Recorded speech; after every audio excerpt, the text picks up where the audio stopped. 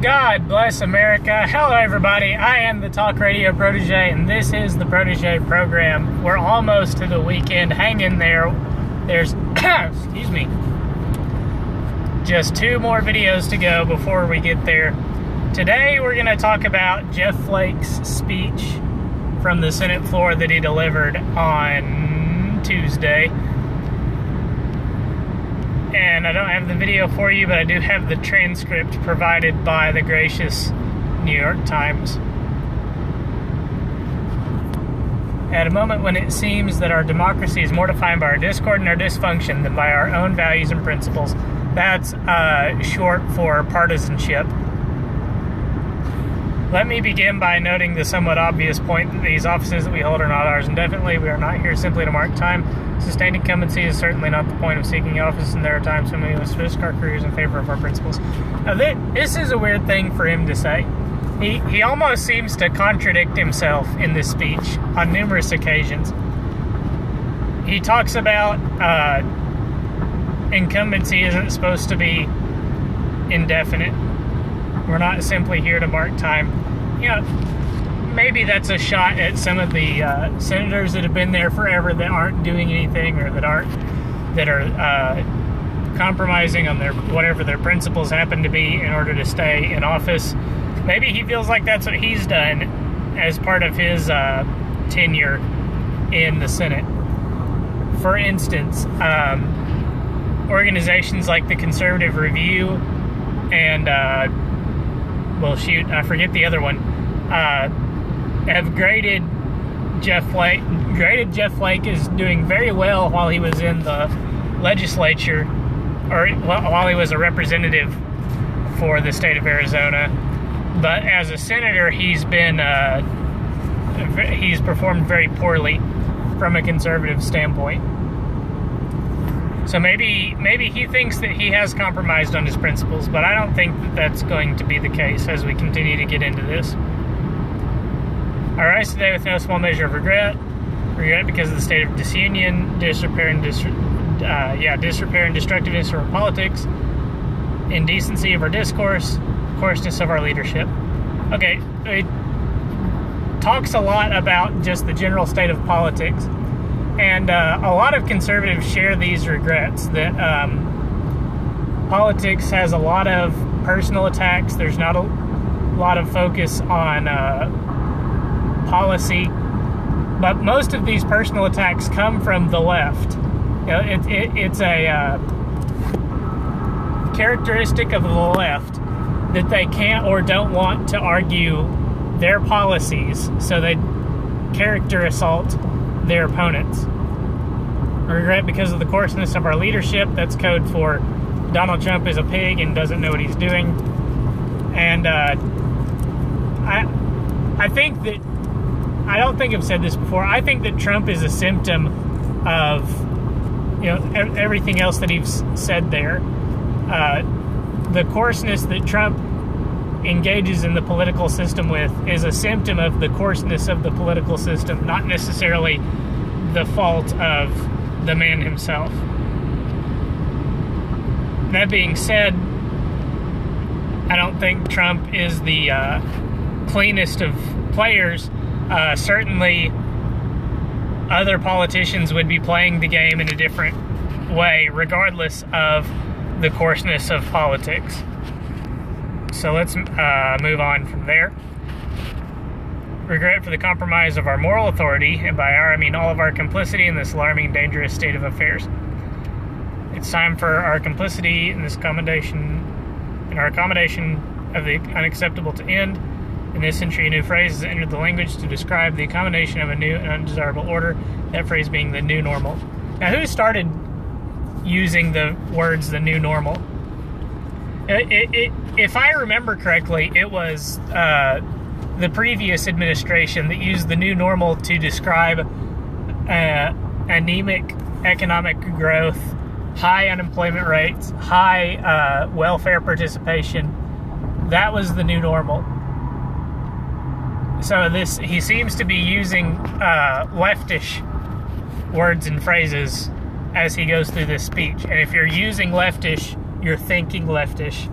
That's not a good sign. We must never adjust to the present coarseness of our national dialogue and the tone set up at the top. The present coarseness of our national dialogue with the tone set at the top. Now, if he means that Donald Trump is fully responsible for this, then I must disagree strongly. You know, the left has been the arbiters of, well, maybe arbiter is not the right word for it. Has been setting the tone in coarseness in our political discourse for a long time. You know, they really got into gear after the 2004 election with destroying President Bush and his second term as in office. They went into overdrive using coarseness to defend President Obama while he was president. And now we're seeing a president that's really a reaction, a response to the coarseness that was presented in the previous administration. The bar was set from 2005 until 2016 at the media is going to be coarse and vicious in favor of a particular party. And President Trump was nominated and elected on the grounds that it's going to take coarseness and viciousness to defeat this political party. And I think that comes from the observation that the establishment candidates, namely McCain and Romney, are either, well, the perception is that they're too spineless, I think, to handle the assault, the onslaught from the left. Were they able to strongly and unapologetically lay out the conservative plan for the country, I don't think they would have had to be coarse and vicious in their in the rhetoric. If, say, Senator Cruz had run for president in 2012, I believe that the perception would have been very different coming out of that election. Could have been very different, I should say. We had a spineless establishment rhino in 2008 running for president, who was not able to articulate conservatism in any degree. Then we had Romney in 2012, who was to a great degree forced to the right by the primary, and then spent the general election not being vicious, not being, not meeting, meeting intensity to the left. So I think the perception coming out of that was we need a vicious and coarse candidate to beat these people, and that's where Donald Trump comes from. We must never meekly accept the daily sundering of our country. Okay, sundering is division. Who's fomenting division in the country? Who started it with the identity politics? Because identity politics has been going on since before the President Trump. President Trump didn't even play to identity politics in the election. President Trump played to the American identity, the pursuit of the American dream, mainly American upper middle class values and principles. There was no divisiveness among that, unless you count class divisiveness, promoting the values of a specific income bracket divisive, which I do not. The personal attacks, the threats against principles, freedoms, and institutions, the flagrant disregard for truth and decency. Take that out of the present context. Back that statement up just 2 years, and it applies equally, if not more appropriately, to the Obama administration. Back it up to the period of Bush's second term, and it applies to the media. this is just a totally misplaced statement. And it's why the title of this video is going to be Flake's Senate floor speech demonstrates the establishment's disconnection with reality. The reckless provocations, most often for the pettiest and most personal reasons having nothing whatsoever to do with the fortunes of the people that we have been elected to serve. Now, I think that is somewhat a legitimate criticism of President Trump's tactics. That he sometimes makes his attacks against individuals petty. It's not enough for Trump to say, you know, Joe Scarborough was totally wrong in his analysis of X, Y, and Z. He has to say, Joe with the little hands and Mika with the bad facelift were totally off. You know, just take out the personal insults, and it's a perfectly acceptable tweet. It's something that I think Ben Shapiro would be fine with the president tweeting. I think this is a legitimate criticism, but lump it in with everything else that's given in this speech, particularly the use of leftish words and phrases, the appeal to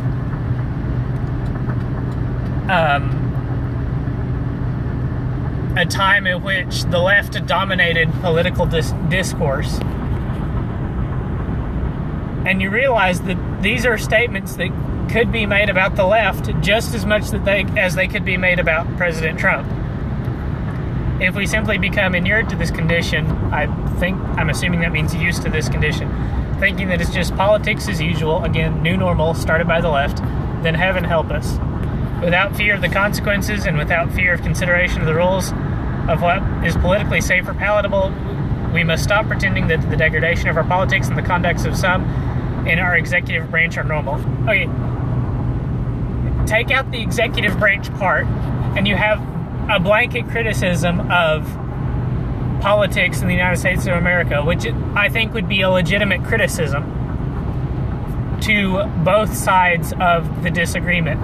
But his emphasis, as he's going to continue to make, is on the current executive branch, totally overlooking the media's role in degrading our politics from 2005 to 2008, totally overlooking the Democrats' role, hand in hand with the media's role in degrading our politics from 2009 to 2016, and still going on today. They are not normal, reckless, outrageous, and undignified behavior has become excused and countenanced as telling it like it is when it's actually just reckless, outrageous, and undignified. Now, the words that he chooses to describe, quote-unquote, telling it like it is, are interesting. Reckless, outrageous, and undignified. Why would you describe telling the truth as reckless, outrageous, and undignified? If saying that there's efforts on the left to discourage the condemnation of Islamic terrorism, apparently that is reckless, outrageous, and undignified. It is apparently reckless, outrageous, and undignified to say that there are movements on the left that assault masculinity, the male's role in society, and seek to place femininity and feminists and women above men to men's detriment. Apparently that is reckless, outrageous, and undignified, while at the same time telling it like it is. Now, you can tell it like it is in a way that hurts people's feelings, to be sure, but you can also tell it like it is in a way that's just truthful, and people are just going to get offended because they want to be offended. Now, I'm not trying to scroll to the top of the story. I'm trying to check my recording time here. I'm probably not going to make it all the way through this. There's just too much going on. The flagrant disregard for truth and decency.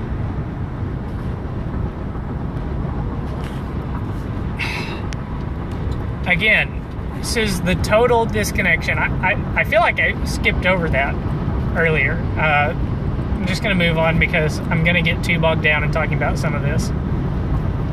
And when such behavior emanates from the top of government, you know, like it did under President Obama, it is something else. It is dangerous to democracy.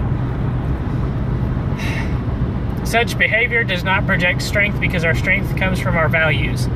What values? You know, he does a lot of talking about values and doesn't do a lot of defining of what those values are. You know, based on his voting record since he's been a senator, his values are those of the establishment government. And the values of the establishment government is that leftist politics will prevail, Democrats will run the show, Republicans will roll over and take it.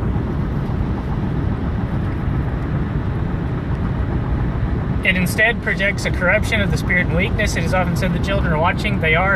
And what are we going to do about that? When the next generation asks us, why didn't you do something? Why didn't you speak up? What are we going to say? Now, given everything that he's said earlier, talking about the coarseness of political discourse, talking about the disregard for truth, talking about the degradation of political discourse, talking about this behavior emanating from the leadership of our government, I think the children that we're talking about here are going to be asking, why didn't you say this from 2005 to 2016? Because by the time 2017 came around, people were fed up with the way that you were not standing up and doing something.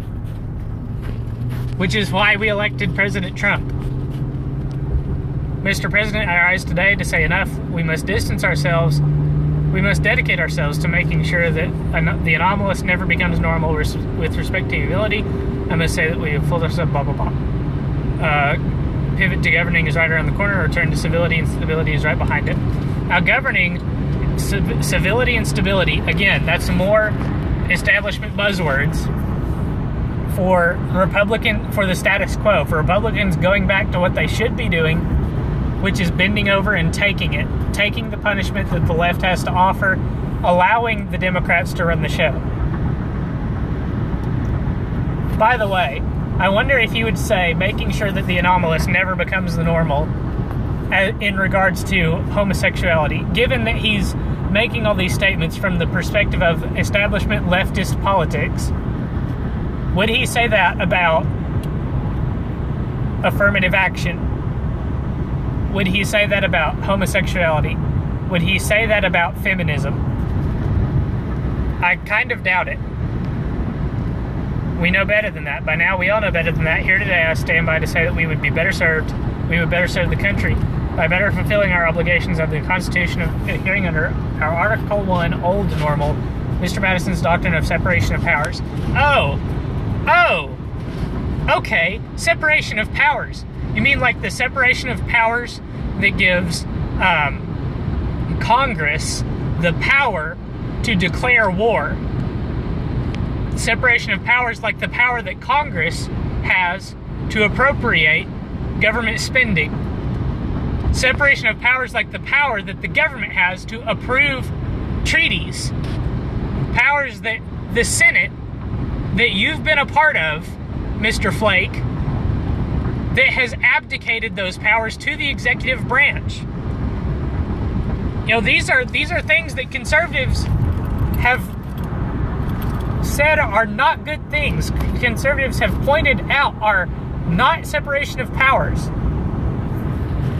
You know, Mr. Flake took office in 2013. That was in time to see the Corker bill. And I went looking on Conservative Review's report card for how Mr. Flake would have voted on the Corker bill. And I couldn't find it, so maybe I'm wrong. Maybe Flake wasn't in office in time to vote on the Corker bill. You know, the one that abdicated Congress's power to vote on treaties. That separation of powers, Mr. Flake. Have you yourself voted to maintain that separation of powers? I'm going to skip that paragraph. Oh no, I don't want to skip that paragraph because there's a line here that I want to talk about. What happens if stability fails to assert itself? If decency fails to call out indecency, or the shoe on the other foot, would we Republicans meekly accept such behavior on display from dominant Democrats? Mr. Flake, I think it is observable and verifiable from 2000, as I have said, pointed out this time period over and over again in this video, from 2005 until 2016, Republicans have done exactly that. Failed to call out indecency, failed to push for stability, failed to face chaos and instability. You have failed to do the exact things that you are calling on a Republican president to do. You have no basis on which you can make these arguments. When you say, of course we wouldn't, well, the reality is that you have.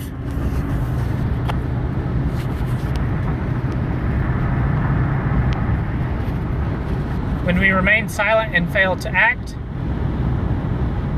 when we know that silence and inaction is the wrong thing to do because of political considerations, because we might make enemies, because we might alienate the base. You know, this is coming from an establishment-minded Republican.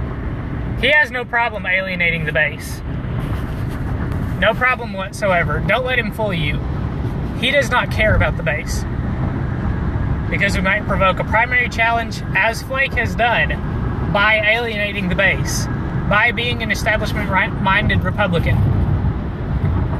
And the primary challenger is whipping him, which is why he's announced his retirement.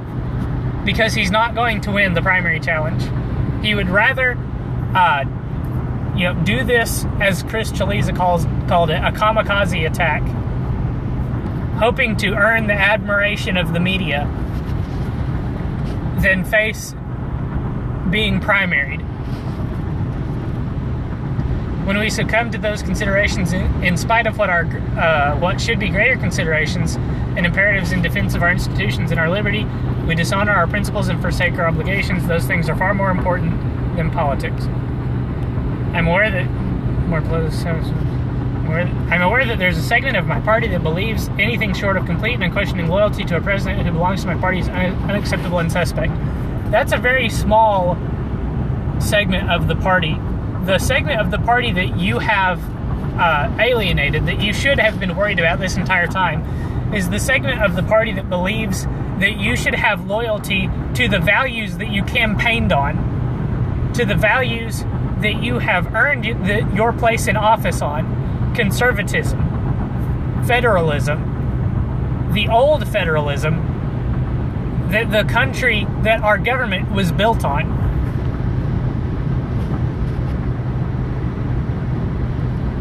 If I've been critical, it is not because I relish criticizing the behavior of the President of the United States. I just don't believe you.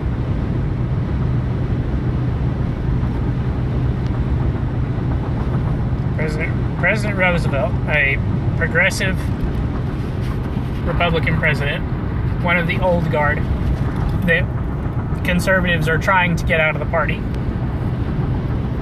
Acting on conscience and principle is the manner in which we express our moral selves when we can all be forgiven for failing in the measure for times. Too often we rush to forgive and excuse our failures that we might accommodate them and go right on failing until the accommodation itself becomes our principle. Now that seems to be what you've been doing as a senator, is failing and then asking for forgiveness. When a leader correctly identifies real hurt and insecurity in our country, and instead of addressing it goes to look for someone to blame, there's perhaps nothing more devastating to a pluralistic society. Now if he was calling out previous administrations, previous political discourse, assaults by the media, then this would be an out-of-the-park home run. But it's totally misdirected. It's directed at a president who is ostensibly doing these things, and it's a reaction to what we've been dealing with for the previous 12 years of politics.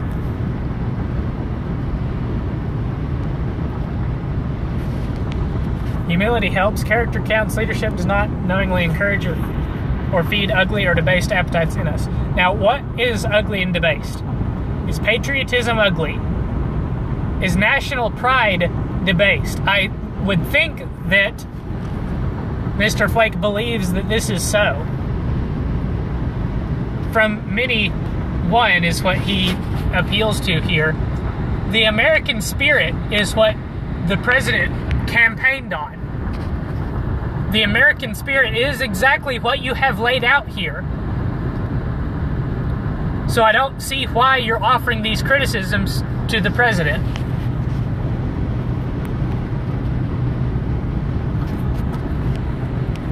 You know, we're getting close to the end here.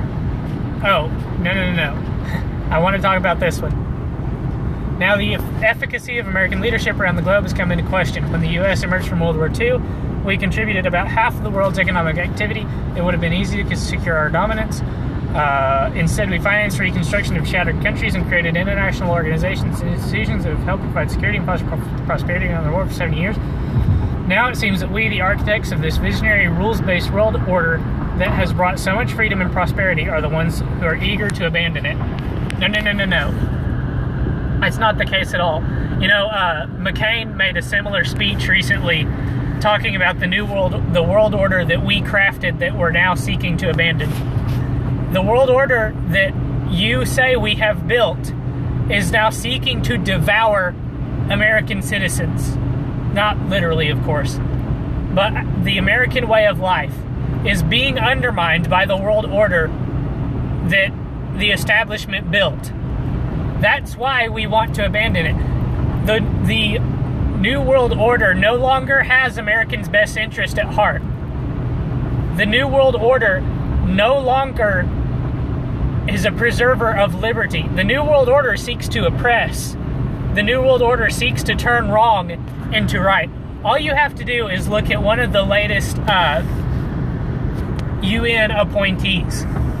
The UN recently appointed a person to the Human Rights Commission or something to that effect, who has a terrible record on human rights. You might say he's a dictator and oppressive. That's why it's because of things like that that we want to leave behind this world order, the world order that the establishment crafted that now seeks to undermine and devour the American way of life. Now, I've gone a lot longer than I originally thought I was going to, so I think I'm going to call it there. Thank you so much for watching. I hope you enjoyed this video. Leave a like and subscribe if you did. Hit the bell for notifications so that you don't miss a single video, because I'm uploading every single weekday without fail so far. Leave a comment and let me know what your thoughts are. Let me know if you think that Jeff Flake was on point or not. Let me know if you think any of his criticisms were valid or not. Most importantly, come back for the next one. Until then, have a great evening, good night, and God bless.